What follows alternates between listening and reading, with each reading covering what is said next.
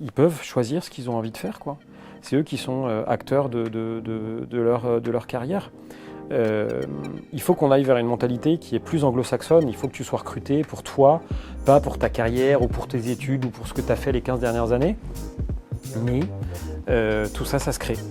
Ça se crée avec un réseau, ça se crée avec des discussions, avec un peu de visibilité, avec, je dirais, une capacité à convaincre qui que ce soit.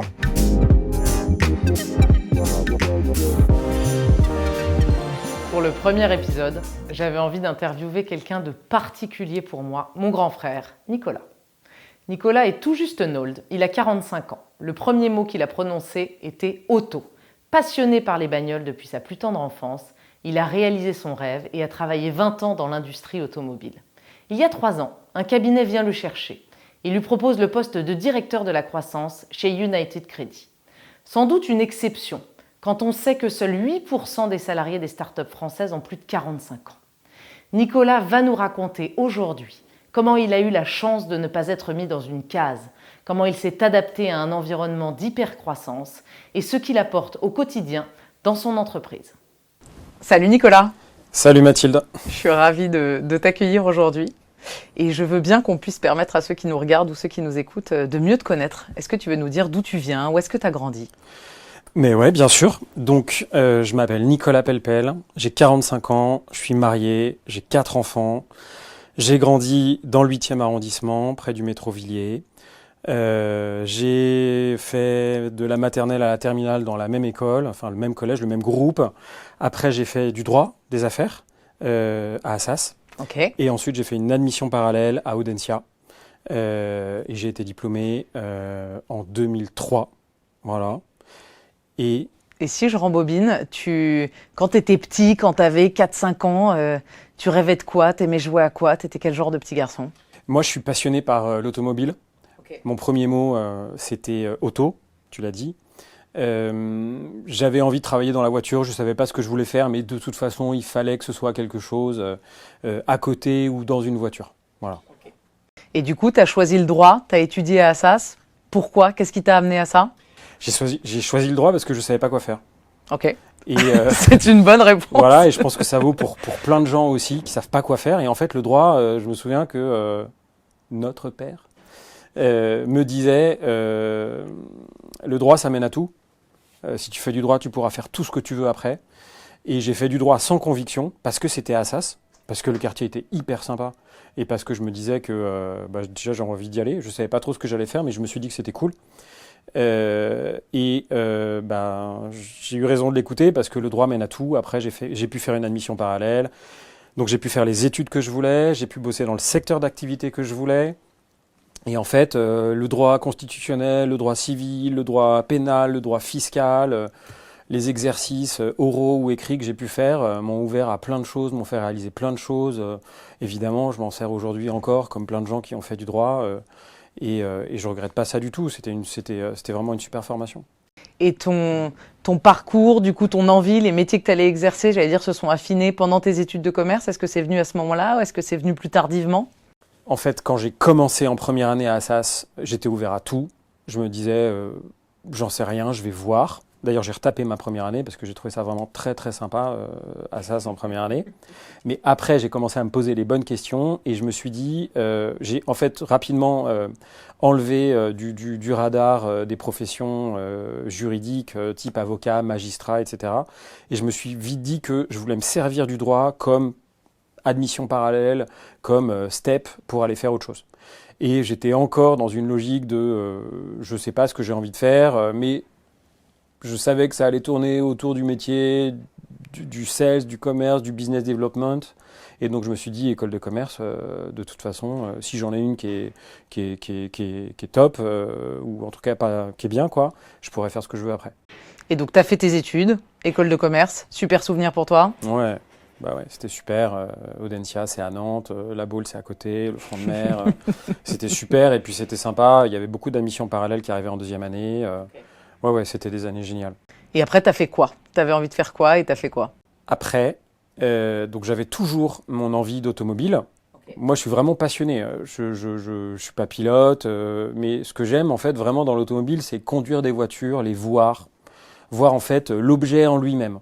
Alors beaucoup diront que les voitures se ressemblent toutes, mais en fait, ce qui me passionne derrière, c'est toute l'ingénierie, toute la technicité qu'il faut pour qu'une voiture puisse emmener plusieurs personnes à X km/h avec tous les éléments de sécurité, etc. Et puis t'en as qui sont plus belles que d'autres, évidemment, mais voilà, j'avais envie de ça. Et donc, j'ai cherché un stage de fin d'études. Donc, quand j'étais dans ma dernière année à Audencia, j'ai vu plusieurs constructeurs automobiles. Et j'ai bossé 6 mois pour Renault, qui lançait à l'époque, mais c'était en 2020, non, c'était en 2002, qui lançait une plateforme web pour permettre aux distributeurs, enfin tu vois, aux concessionnaires, de commander leurs pièces détachées en ligne. Énorme. Avant, les gars, ils envoyaient des catalogues, ils remplissaient des formulaires par la poste, qui arrivaient quelque part chez Renault, et puis on leur envoyait, ou ils passaient des coups de fil, puis on leur envoyait des pneus ou des plaquettes de frein. Donc ça peut faire beaucoup rigoler aujourd'hui, mais il y a 20 ans, c'était une petite révolution.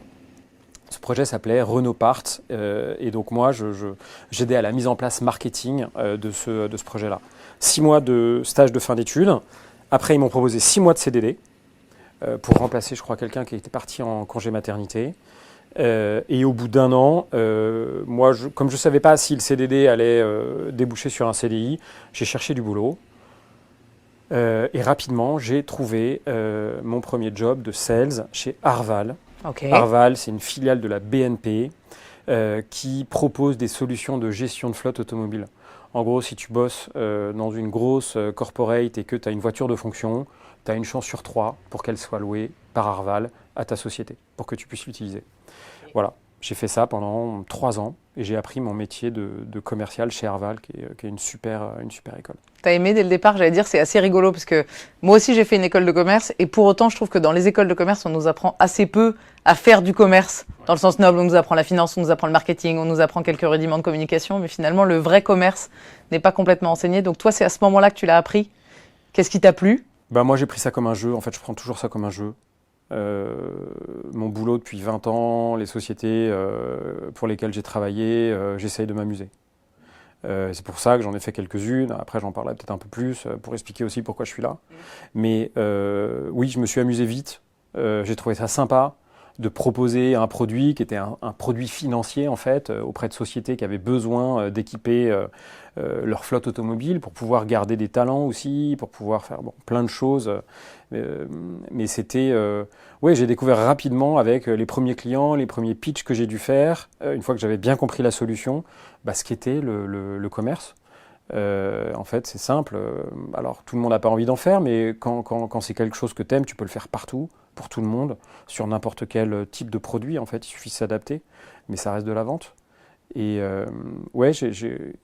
pour répondre à ta question sur l'école de commerce, honnêtement, après 20 ans, quand je vois ce que ça a coûté, l'école de commerce, ce que ça coûte aujourd'hui, parce que les frais de scolarité aujourd'hui n'ont rien à voir avec ceux qu'ils étaient il y a 20 ans, je trouve que finalement,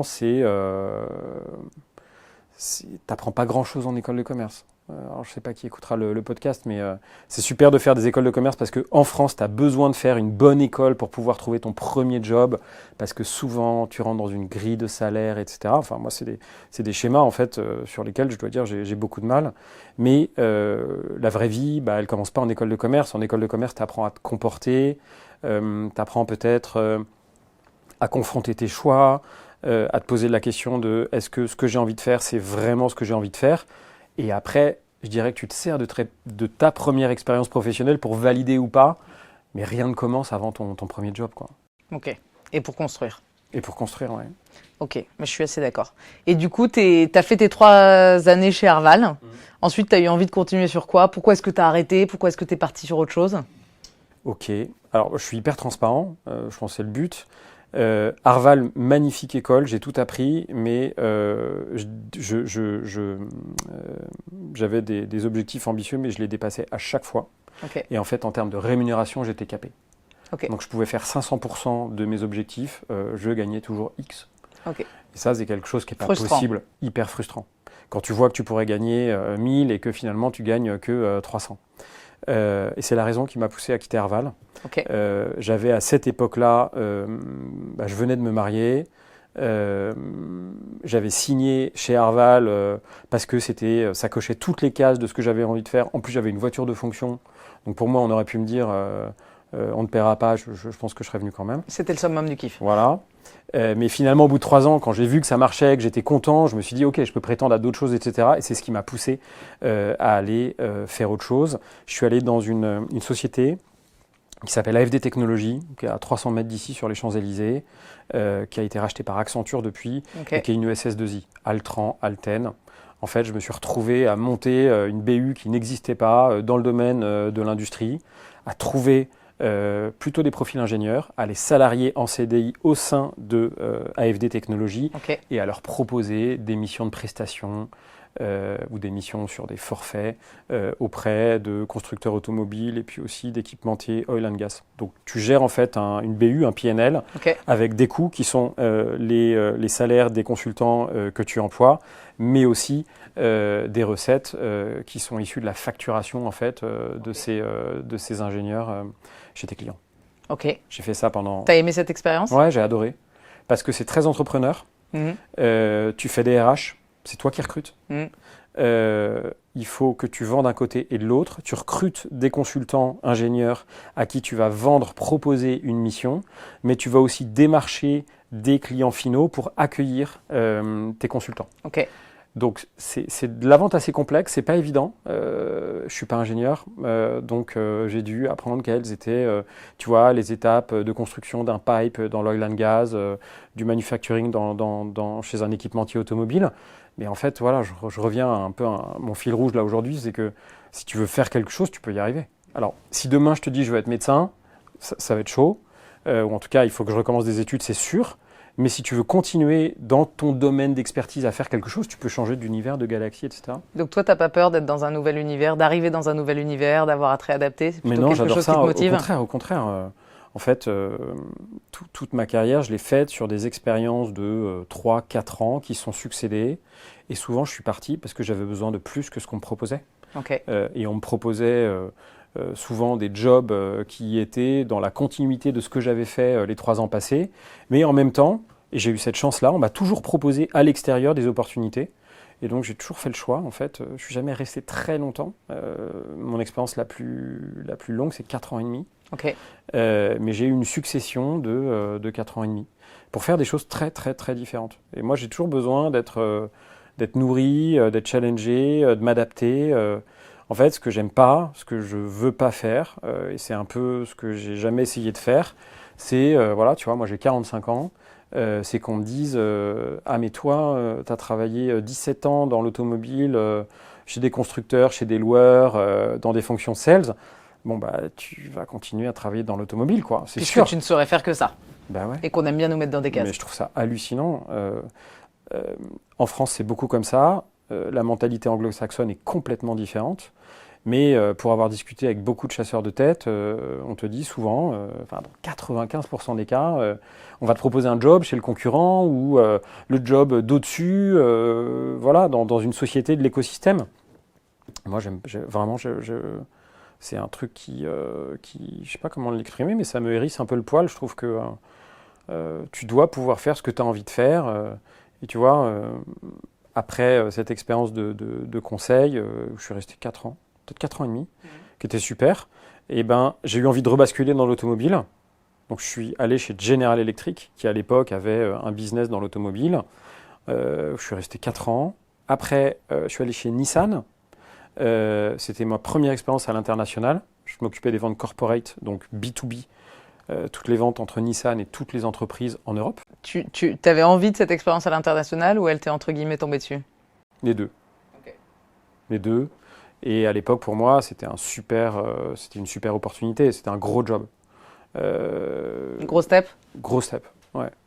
J'ai peut-être eu 1 mois ou 2 le syndrome de l'imposteur, mais bon, finalement, les choses se sont bien passées. Il faut savoir vivre avec de temps en temps. Ouais, mais c'était vraiment un gros costume. Et ça a marché, je l'ai pris. Et puis, je ne sais pas si tu veux qu'on en parle maintenant, mais voilà, après, j'ai eu d'autres expériences. Ok. Et comment, du coup, j'entends, et je sais que la suite va nous amener à ça, tu as toujours gardé, finalement, entretenu une relation forte avec les cabinets de chasse de tête, les cabinets de recrutement pour surfer la vague, pas être en dessous, choisir tes jobs suivants dans un univers qui peut être un peu différent et ne pas toujours t'engouffrer, finalement, dans une carrière complètement linéaire pendant 15, 20, 25 ans parce que tu n'avais pas envie de ça? Alors, je dirais que d'abord, j'ai pris le temps de choisir mes prochains steps. Ok. Je suis toujours en contact avec des cabinets, il y en a qui me suivent de façon assez classique. Mais pour le coup, le dernier qui m'a emmené chez mon employeur actuel, United, je ne le connaissais pas du tout. Mais surtout, je dirais que je cultive toujours mon réseau. Honnêtement, j'enfonce des portes ouvertes. Mais vas-y, enfonce-les parce que c'est important. C'est majeur de continuer à prendre des nouvelles. Et moi, en plus, je le fais pas de façon fake. Quand je demande à quelqu'un comment il va, comment ça se passe, c'est pour de vrai. C'est vraiment pour de vrai parce que 6 mois avant, il m'a dit il y a une réorg, ça se passe super mal avec mon boss ou ma boss, où je me pose des questions, etc. Et tous les 6 mois, moi, j'ai toujours des petits radars qui s'allument, ou tous les 3 mois, 4 mois, en disant tiens, lui, il m'a dit ça, comment est-ce qu'il va? Mais je le fais parce que j'aime bien ce gars ou cette fille et parce que je veux savoir. Et ça m'a toujours beaucoup servi. Ce qui fait que quand tu fais ça, tu te tiens au courant de ce qui se passe autour de toi. En général, dans un écosystème ou des sociétés qui ne sont pas du tout la tienne ou celles pour lesquelles tu travailles. Et ça te permet toujours de t'ouvrir.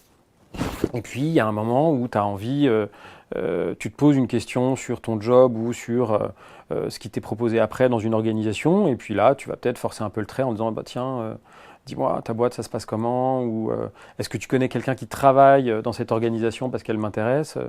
Mais le réseau, c'est fondamental. Et en fait... et le fait que tu arrives à le faire, c'est même pas que tu arrives, c'est que tu le fasses naturellement de manière désintéressée parce que concrètement, tu t'intéresses aux gens, fait aussi que les gens ont envie de te répondre et puis d'aller vers toi et puis de partager. Ouais. Quand c'est grossier, quand c'est forcé...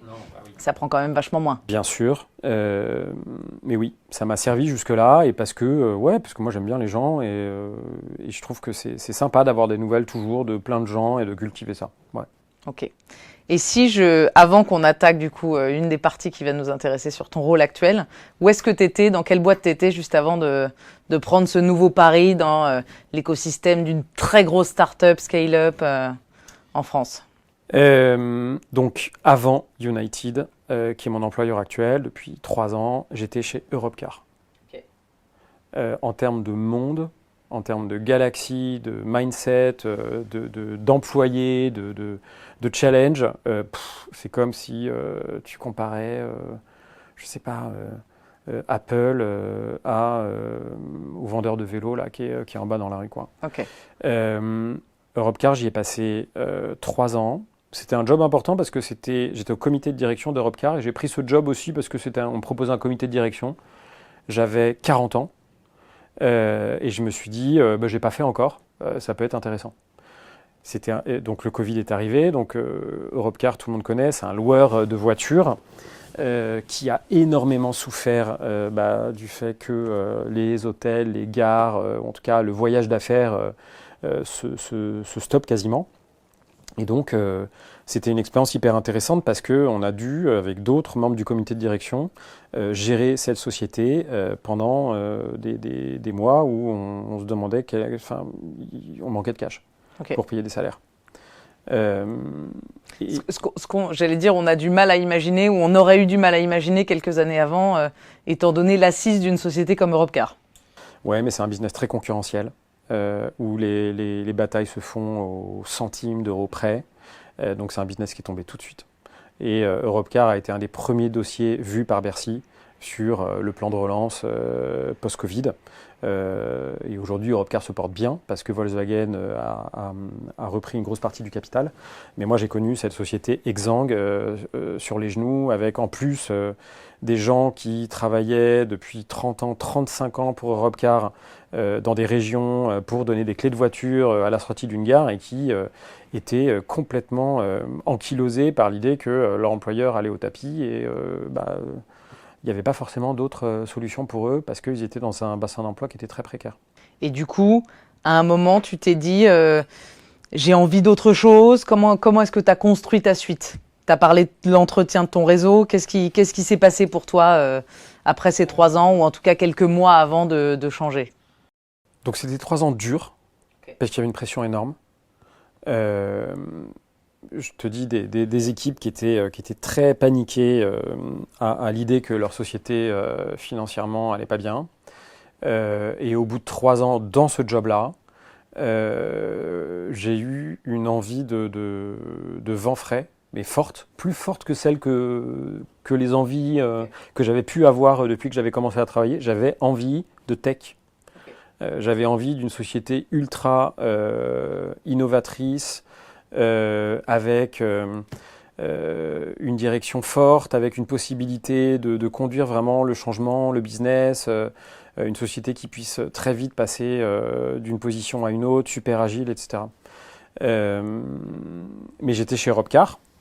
J'avais 17 ans d'automobile, donc sur des jobs nationaux et internationaux, mais toujours dans du business development, voilà, ouais, ou de la direction de business unit. Et je me suis demandé, et je t'en avais parlé à l'époque, c'était il y a un peu plus de 3 ans, comment je fais. J'ai envie d'aller dans une boîte de tech forte, avec un produit fort.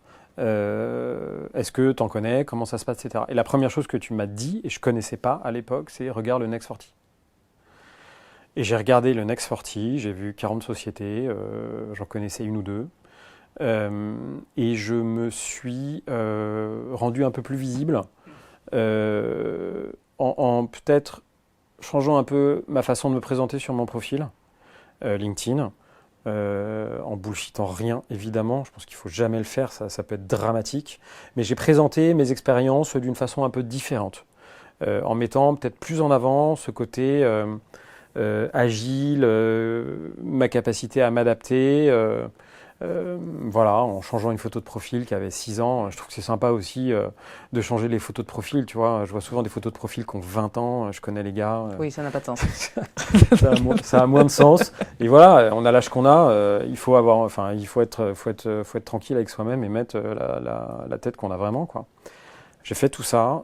Après, j'ai été proactif. J'ai démarché quelques boîtes. Pour proposer juste des échanges. Moi, j'aime bien faire ça, des mises en relation. Je trouve quelqu'un, je dis voilà, écoute, je fais ça, machin. Est-ce que tu répondrais à 2-3 questions sur ta société? Elle m'intéresse. Et pas forcément pour y travailler, mais à chaque fois, c'est très bien perçu. J'ai toujours des retours positifs. Et ça peut être un déj, ça peut être 10 minutes au téléphone, une demi-heure en visio, mais les gens acceptent toujours de te donner un peu d'informations quand on a besoin.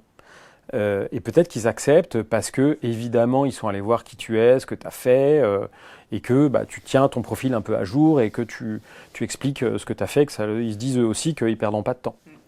Mais j'ai fait ça. J'ai rapidement eu une interview dans une société du Next 40, ou pas Next 40 forcément, qui s'appelle Get Around, qu'on connaît tous, mais qui cochait la case automobile et la case tech. Tu prends une voiture dans la rue, tu la déverrouilles avec ton smartphone et puis après tu pars en week-end pour un job de VP Sales, ce qui s'est pas fait. Et à l'époque, le feedback que j'avais eu, c'est t'es trop loin encore de la tech. On se dit que l'écart sera trop important pour toi. Sachant que j'étais allé passer des entretiens dans leurs locaux, c'était un grand plateau près de Bourse, ils étaient 60, il y avait des vélos, des stickers sur les laptops, c'est clair que c'était pas mon monde, en tout cas à cette époque-là. Et puis après, j'ai continué à faire. Mais du coup, tu avais le sentiment un peu à ce moment-là de te dire j'ai quand même ma petite étiquette où je vais avoir du mal à rentrer dans la tech, même si j'y aspire profondément? Oui, je me suis dit un peu ça, mais ça ne m'a pas découragé. J'ai continué à faire ces entretiens, à développer un peu mon réseau. Et puis, un cab m'a trouvé, un super cab, qui s'appelle Korn Ferry, qui est un gros cabinet de recrutement américain, et qui m'a parlé d'un job de patron de la croissance pour une grosse fintech dans le paiement. En tout cas, qui cherche à disrupter le crédit consommation. Et quand l'interlocuteur là chez Korn m'a parlé de crédit consommation, je me suis dit mais Burke, non, jamais, quoi. Bon, Quelle horreur. J'ai vu les grosses anciennes traditionnelles qu'on Bien sûr. connaît tous, qui sont aujourd'hui mes concurrents. Et je me suis dit, mais non, jamais. J'irai jamais endetter les gens. C'est vraiment un produit qui me fait pas envie. Et puis, je connaissais rien à United, qui est mon employeur aujourd'hui. United, c'est un établissement de crédit, c'est une banque qui a 15 ans, qui disrupte le crédit consommation. Le crédit consommation, c'est tout ce que c'est. Nous, en fait, on ne l'a pas inventé, évidemment, mais on a pris ce produit et on lui a donné une brique d'instantanéité et de digitalisation. Okay. On donne des accords de financement pour financer des voitures ou des choses, des smartphones, des toitures en panneaux solaires, etc., qui peuvent coûter plusieurs dizaines de milliers d'euros en quelques secondes. Et c'est ça qui change en fait le paradigme, parce que tu peux tout de suite savoir si la voiture dont tu as vraiment besoin, la toiture en panneaux solaires qui va coûter 25 000 euros, tu peux te l'offrir parce que tu sais que tu vas faire des économies, etc. Et donc ça change beaucoup de choses. Ça veut dire qu'on va financer des gens qui normalement ne sont pas finançables dans des parcours plus classiques de crédit consommation, parce que nous, on agrège le compte bancaire. On utilise cette techno d'open banking, que peut-être certains connaissent, qui permet à un établissement de crédit d'interroger un autre établissement de crédit, une banque par exemple, en lui disant Mathilde Tillet m'a dit que que tu pouvais me passer ses relevés bancaires, passe-les-moi, j'en ai besoin tout de suite pour savoir si elle peut s'offrir une voiture. Okay. Donc il n'y a aucune interface humaine, c'est une IA, enfin c'est une banque qui va discuter avec une autre banque. Et la valeur ajoutée d'United, c'est de récupérer tes données bancaires, de les analyser pour pouvoir dire tout de suite, oui, tu peux financer cette voiture ou non, malheureusement, tu ne peux pas la financer. C'est ça United. Ça se fait littéralement en quelques secondes. Ça se fait littéralement en quelques secondes. C'est encore assez peu connu parce que l'open banking, ça existe en droit français depuis 5 ans maintenant. C'est une directive européenne qui a rendu ça possible, qui a été transposée en droit français et qui a permis ce financement plus rapide. Okay. Plus rapide, mais du coup beaucoup plus inclusif, et c'est ce qui m'a plu, c'est qu'on finance des gens qui ne sont pas en CDI, on finance des gens qui ont des parcours un peu différents de ce que normalement on te demande absolument pour pouvoir financer quelque chose qui coûte beaucoup de sous. Nous, ce qu'on va regarder pour donner une réponse de financement, c'est une récurrence de revenus, c'est la façon dont tu vas gérer tes sous, ce qui te reste à la fin du mois, etc. Et donc, on arrive à financer des gens qui ont besoin d'une voiture, mais qui n'auraient pas pu sinon avec un de nos concurrents. Extra. Ouais.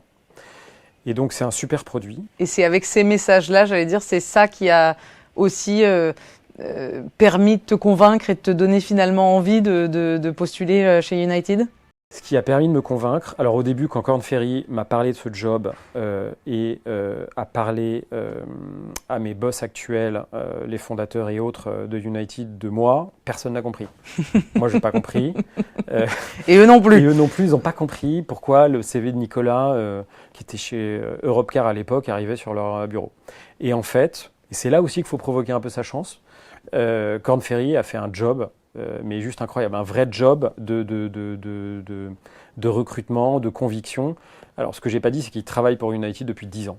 Okay. Donc, ils ont une connaissance de la société, des fondateurs, du mindset, qui est énorme. Et ils sont en général déclenchés quand United n'arrive pas à staffer un job. Et donc, c'est l'impression qu'ils m'ont faite, ils ont une façon de voir les choses et un prisme qui est différent. C'est le prisme qu'ils ont eu avec moi et c'est le prisme qu'ils ont utilisé aussi avec Charles, Geoffroy, Pierre Marin, d'autres chez United. Et c'est ce qui a fait que rapidement, moi j'ai rencontré United. J'ai vu que c'était une boîte de tech, c'est 500 personnes, 40% de la masse salariale, ce sont des développeurs qui font maintenir ce produit de scoring instantané. Ils m'ont expliqué leur projet. C'était le lancement d'un produit de paiement, celui dont je t'en parle aujourd'hui, mais qui n'existait pas, ou quasiment pas quand je suis arrivé. Le lancement de ce produit de paiement et surtout le développement de sa croissance. Ce que je n'ai pas dit, c'est que United, depuis 15 ans, fait du prêt personnel. Toi, tu peux aller sur le site de United à 3h du matin, si tu veux, pour savoir si tu peux avoir une enveloppe de cash jusqu'à 50 000 euros dont tu feras ce que tu voudras après. C'est bon, ça ? C'est bon, tu le sais maintenant, mais il y a plein de gens qui ne le savent pas. Il y a plein de gens qui disent je vais attendre que mon conseiller bancaire recommence à bosser mardi, je vais lui demander si je peux emprunter 15 000. Et parfois ça prend du temps. Et parfois ça prend du temps. Et souvent le conseiller bancaire va te redemander des trucs dingues, comme tes fiches de paie ou ton contrat de travail, alors que tu es chez Bourseau ou Crédit Agricole depuis je ne sais pas combien d'années. Mais il y a vraiment des situations hallucinantes. Ben non, toi à 3 heures du matin, tu pourras dire, voilà, moi j'ai besoin de 25 000 euros parce que j'ai ce besoin-là. Après, c'est du crédit consommation non affecté, donc en fait, cette enveloppe, t'en feras ce que tu veux. On va te proposer d'agréger ton compte bancaire, en tout cas de partager, de te loguer sur l'expérience utilisateur de United à ta banque. Et en le faisant, tu ne vas pas checker tes comptes, tu vas nous donner accès à tes comptes. Okay. Et en quelques secondes, on va dire, ouais, c'est bon, on peut te prêter 20 000 euros. On te les enverra quelques jours après, et puis après, tu nous les rembourseras. Avec X échéancier. Avec l'échéancier que tu as choisi. Ça, c'est le business historique de United. Okay. Et moi, j'ai développé l'autre business, qui est le business B2B. Okay. Tu gardes cette techno, mais tu la proposes à des retailers, e-tailers, qui vont vendre des canapés, des voitures, des motos, des panneaux solaires, des iPhones. Et ils vont se servir de cette techno pour pouvoir dire à leurs clients, oui, vous pouvez acheter ce que je vous propose sur mon site ou non.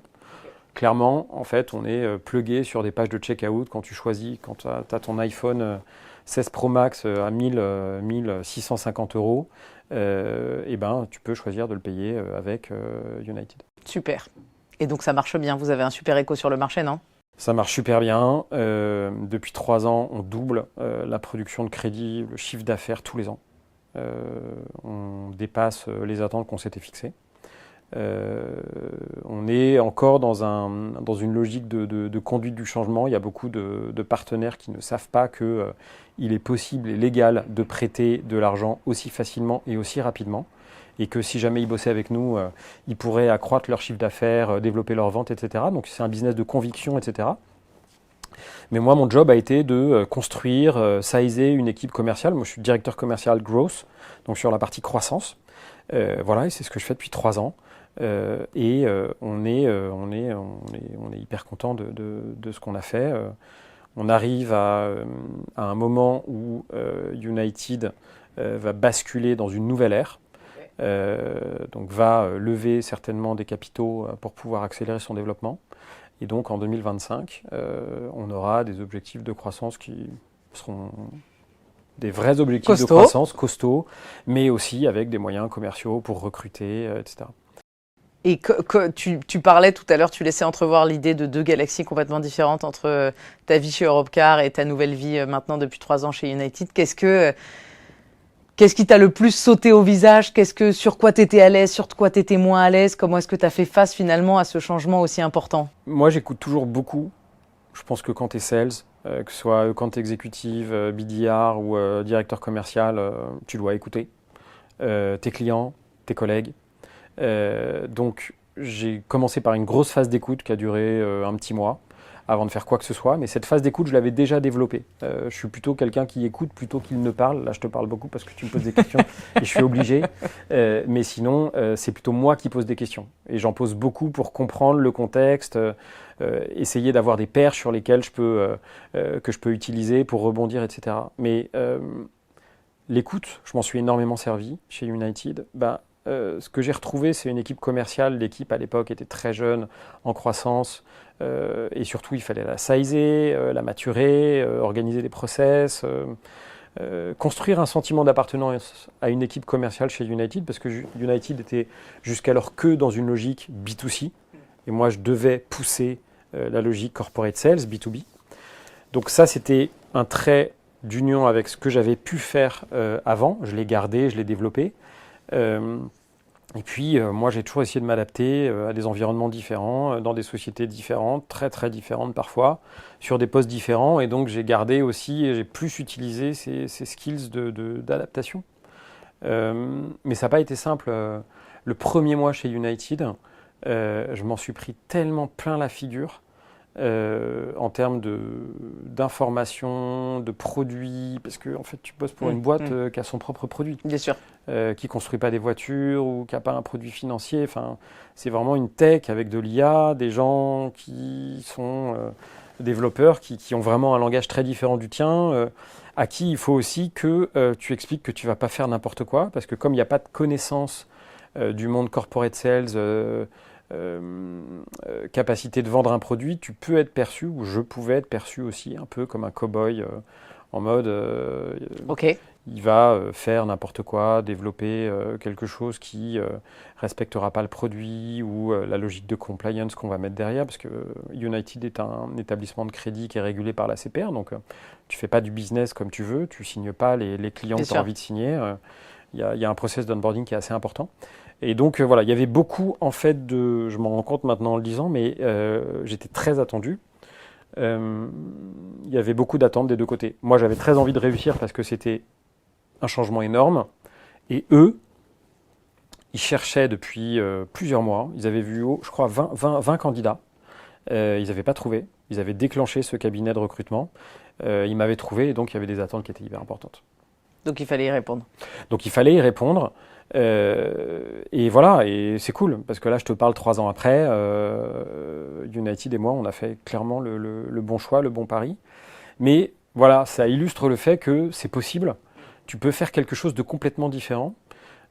J'en ai beaucoup parlé parce qu'on est venu m'interroger sur ce changement de monde. Dans l'automobile, j'étais assez connu, c'est pas le terme, mais visible pour y avoir passé 16 ans ou 17 ans. Les gens se connaissent entre eux, il y a vraiment un écosystème. Donc il y a des gens qui n'ont pas compris en fait ce move. Déjà United est assez peu connu, c'est aussi un challenge, hein. On a un déficit de notoriété, il faut qu'on communique plus sur notre produit, ça va venir. Mais il y a beaucoup de gens qui m'ont interrogé en disant mais c'est quoi cette société, qu'est-ce que tu vas y faire, et il y en a d'autres aussi qui sont venus me chercher en disant bah, explique-moi comment tu as fait, parce que moi j'aimerais bien faire la même chose en fait, avec des parcours assez similaires aux miens. Et les conseils, du coup, que tu me pousses sur mes prochaines questions, mais les conseils que tu leur donnes, on a entendu, tu as parlé beaucoup d'écoute, tu as parlé beaucoup de réseau, tu as parlé beaucoup d'agilité. Est-ce qu'il y a d'autres choses que tu ne nous as pas encore dites et que tu leur donnes pour ceux et celles qui ont envie de changer, mais qui en fait n'osent pas? Il faut convaincre. Si toi, tu n'es pas convaincu que tu peux faire le changement, tu convaincras personne. Tu vois, peut-être que chez GetAround, j'ai pas convaincu. Chez United, j'ai convaincu. Donc, il faut avoir quelques possibilités de t'exprimer. C'est pour ça que c'est bien de faire des meetings avec le réseau, des déj aussi, et de prendre ces choses-là sérieusement pour voir si tu arrives à expliquer à ton interlocuteur que tu peux arriver à convaincre une organisation de travailler avec toi. Après, je pense que c'est bien de se faire coacher aussi. Moi, je ne l'ai jamais fait. Mais ma femme est coach, je vois les transformations qu'elle opère chez beaucoup de gens. Je pense que ça peut aider certains à prendre conscience de véritables compétences qu'ils ont en eux et surtout de capacité à convaincre. Et puis, ce que j'espère au-delà de tout ça, c'est que des parcours hyper humblement comme le mien ou comme d'autres peuvent faire prendre conscience que, à des employeurs et à des salariés qu'on peut faire un vrai changement de carrière. Et à n'importe quel âge? Oui, à n'importe quel âge. Moi, je l'ai fait à 42 ans. Mais voilà, aujourd'hui, j'ai 45 ans.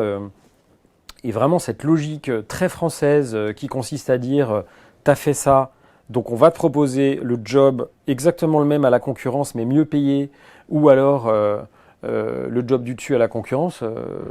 En fait, je pense qu'il y a beaucoup de gens qui acceptent ces jobs par dépit. Ou alors qui s'enferment dans des jobs en se disant je sais pas, j'ai 50, 52, 55 ans. Je vais pas changer maintenant, je vais surtout j'ose pas changer maintenant. Je vais pas faire de vagues et ma vie c'est un enfer. Je m'éclate pas. Mon boss est atroce, mais de toute façon j'ai trop de trucs à payer. Je retrouverai jamais un job aussi bien payé que le mien, etc. Donc je la ferme. Et ça, je pense que ça met des gens dans une situation hyper compliquée, où finalement tu fais le dos rond, chez toi, dans ta vie, t'es pas bien. Voilà, je pense qu'il faut changer ça, mais c'est clairement en train de changer. Et puis après, t'as pas que le schéma de salariat, hein. Tu peux faire de la presta, tu peux faire de la conduite du changement, tu peux faire de l'outplacement, il y a plein de choses. Et je dirais que ce qui compte, c'est de décider. Bien sûr, j'allais dire tout se vaut et je suis complètement d'accord avec toi, il n'y a pas que le salariat. Il y a malheureusement des gens qui quittent finalement le monde du salariat parce qu'ils disent en fait moi j'ai fait le deuil du CDI parce que les cabinets de recrutement, les personnes que je rencontre me renvoient en fait l'image que en fait pour moi c'est plus possible. Et du coup ma confiance s'étiole et je n'y crois plus et donc je deviens indépendant. Je peux être un super indépendant si je décide d'être indépendant. Si je le subis, c'est certainement pas complètement la même histoire. Oui, exactement. Et ça, c'est dommage. Après, il faut que tu aies la chance aussi, tu vois, d'être dans un environnement qui te porte, qui te dit pas, faut pas que ton conjoint te dise, mais jamais laisse tomber, tu n'y arriveras pas, ça, c'est sûr. Mais c'est largement possible. Du coup, toi, donc tu l'as dit, tu as 45 ans, t'es chez United, donc une boîte de fintech. Alors, je vais apparenter ça au monde des startups, des gros scale-up, même si je sais que vous êtes beaucoup, beaucoup plus important maintenant. Je crois avoir lu qu'il y a quasiment il n'y a que 7 ou 8% de personnes qui ont plus de 45 ans dans ce type d'entreprise. Comment est-ce que toi, tu le vis? Quelle valeur est-ce que tu apportes dans un environnement dans lequel il y a de toute évidence beaucoup plus de personnes qui sont parfois beaucoup plus jeunes que toi? Oui, l'immense majorité des gens qui m'entourent ont entre 30 et 35 ans. Je recrute des gens qui ont entre 28 et 30 ans. Les 8%, je les vois carrément chez United. En fait, des gens qui ont 45 ans et plus, il y en a peu. Moi, je m'en sers pour accueillir des jeunes diplômés. Là, j'ai recruté des jeunes diplômés. Ou des gens qui ont une première expérience ou une deuxième expérience, qui sont encore assez jeunes dans leur carrière pro, comme j'aurais aimé être accueilli il y a 15 ou 20 ans. J'ai vraiment essayé de trouver ma place en mode, j'ai de l'expérience, mais je m'adapte à tout. Et c'est pas parce que j'ai 45 ans et que vous en avez 28 que je vous demanderai de discuter avec quelqu'un d'autre. J'essaye de créer un climat de confiance sur lequel on puisse s'appuyer et qui facilite les onboarding des gens qui rejoignent United. Et après, je suis là aussi parce que ce job était un job assez critique. J'ai eu la chance de tomber sur United et sur Korn Ferry qui avaient parfaitement compris les enjeux du job et qui ont accepté aussi de confier ce job à quelqu'un, peut-être à l'époque qui sortait un peu des grilles de rémunération, parce qu'un effort a dû être fait, mais je leur en suis reconnaissant aujourd'hui, mais qui se disait on a vraiment besoin de quelqu'un qui n'ait pas que 8 ans ou 9 ans d'expérience. Et finalement, alors il y a depuis 3 ans que je suis chez United, il y a plein de gens qui nous ont rejoints, c'est plutôt des gens effectivement qui ont 30 ans, mais je pense m'être un peu fondu dans le décor. Voilà, j'apporte une expérience qu'il n'y a pas. J'aide peut-être un peu plus rapidement, solidement, des gens jeunes qui nous rejoignent à se taper plus vite. Ok. Qu'est-ce que eux t'apportent? Pourquoi est-ce que tu es heureux de travailler dans cet environnement et de bosser avec des gens plus jeunes? Ils m'apportent une prise de conscience sur le fait qu'un job ne fait pas tout. La plupart des équipes, des gens qui nous rejoignent, ils se lèvent le matin pour aller bosser pour une boîte pour laquelle ils ont envie de bosser. S'ils n'ont pas envie d'y bosser, ça ne dure jamais très longtemps. J'étais conscient du fait que le job fait une partie importante de ton bonheur, mais pour eux en tout cas, c'est beaucoup plus important que ce que je pensais. Et donc, ça veut dire que si tu veux garder ces gens-là autour de toi, tu dois faire en sorte que le terrain de jeu professionnel, leur job les épanouisse totalement. Ça veut dire mettre des frontières claires entre le pro et le perso. Tu vois, moi je suis addict à ça, mais je passe pas de coups de fil après certaines heures, j'envoie pas de mail le week-end, et d'ailleurs j'aime pas qu'on m'en envoie. Donc je comprends. Je le répercute et voilà, j'ai plus pris conscience de ça et en fait cette génération, elle a besoin de, je dirais pas de s'amuser, mais d'être passionné, d'entretenir la flamme, d'apprendre quelque chose constamment. Ok. En fait, les équipes avec lesquelles je bosse, il faut tout le temps qu'elles soient en acquisition de données.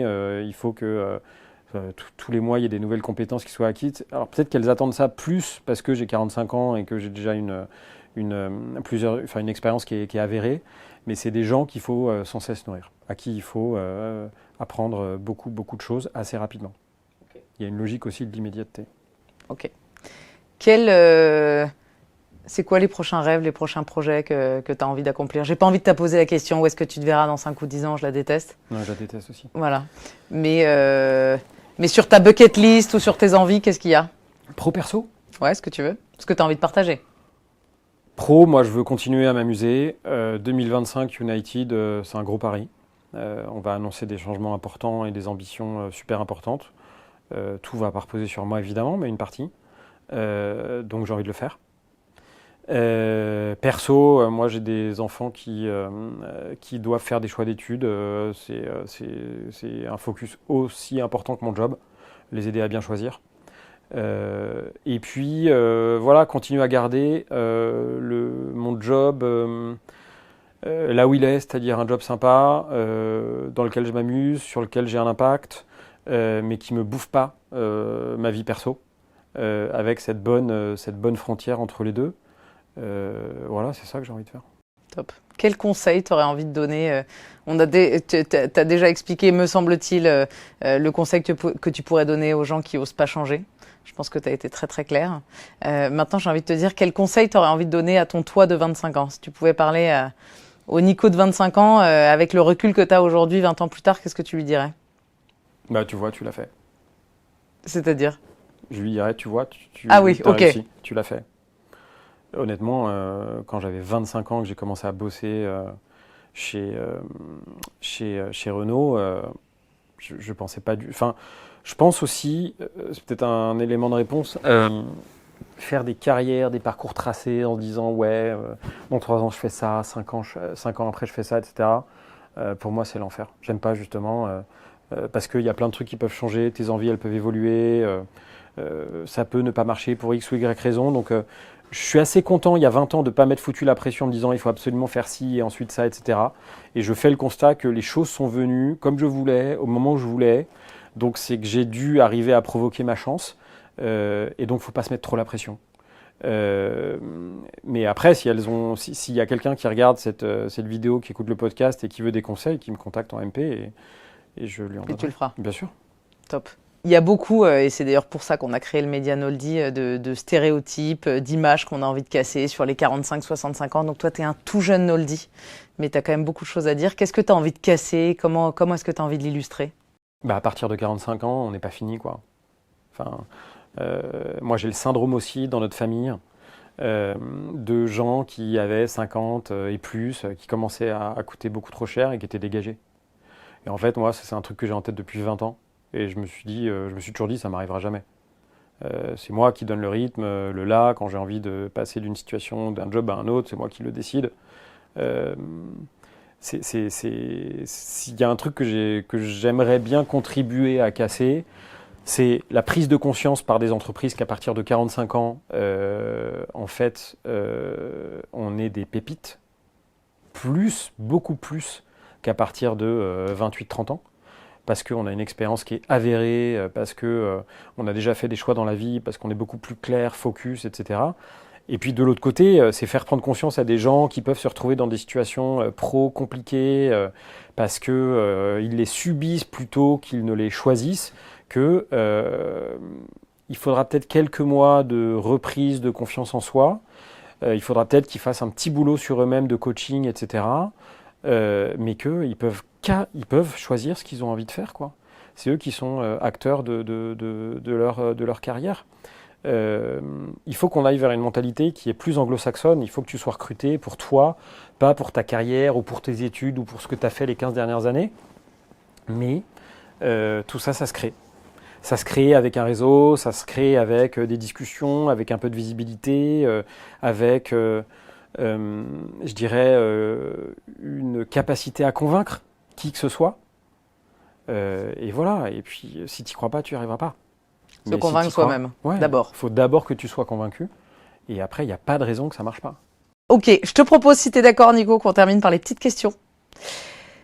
Quelle est ta réplique de film préférée? Scribe, c'est une bonne situation, ça? Astérix et Obélix, Mission Cléopâtre, quand Claude Rich, là, le Panoramix, vient voir le scribe Édouard Baird, et que Édouard Baird répond en disant, vous savez, je ne sais pas si on peut dire qu'il y a des bonnes ou des mauvaises situations, il lui met un tunnel. Pour moi, c'est la meilleure. L'enfer du tunnel. Quel est ton livre préféré? La première gorgée de bière. Philippe Delerme, je crois que c'est la première gorgée de bière et autres micro-plaisirs. En fait, c'est le détail de tous les micro-plaisirs, comme la première gorgée de bière, le premier pull en hiver, la première flambée dans la cheminée. Il les a détaillés, il y en a je ne sais plus combien, il y en a des dizaines et il t'explique pourquoi c'est un kiff à chaque fois. Et ça, c'est un truc que je lis assez souvent. Je l'ai offert d'ailleurs à des gens que j'aime bien parce que ça te rappelle qu'il faut vivre le moment présent, quoi. Les petits plaisirs de la vie. Ouais. Ok, je le connaissais pas. Trop bien. Si tu pouvais inviter qui tu voulais à ta table, qui t'aimerais inviter? Waouh. Et ben là, en ce moment, je regarde une série Netflix sur Ayrton Senna, qui pour moi est un pilote mythique, mystique aussi. Lui, je lui parlerai bien. Ok. Et puis, rien à voir, mais c'est l'actualité peut-être de ce week-end avec la réouverture de Notre-Dame qui m'y fait penser, mais Sœur Emmanuelle, Ok. qui me fait penser aussi à une de nos grand-mères, que j'aimerais bien, qui je poserai bien des questions. Ok. Est-ce qu'il y a un truc que tu as envie de conseiller? Une expo, une série, quelque chose que tu aimes? Des séries, il y en a plein, il y en a trop. Expo, j'en fais pas beaucoup. Non, moi, la prochaine chose que j'ai envie d'aller voir, d'aller faire, et que tu sois croyant ou pas, je pense que c'est génial, c'est d'aller voir Notre-Dame, rebâtie, reconstruite 5 ans après. Ça a de la gueule. Merci beaucoup, Nicolas. Merci Mathilde. Pour ton interview et bonne journée. Merci, ciao.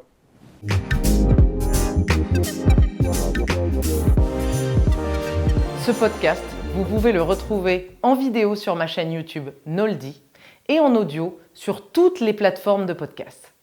Si vous aimez cet épisode, partagez-le, mettez des étoiles, écrivez des commentaires et surtout, abonnez-vous. Je compte sur vous.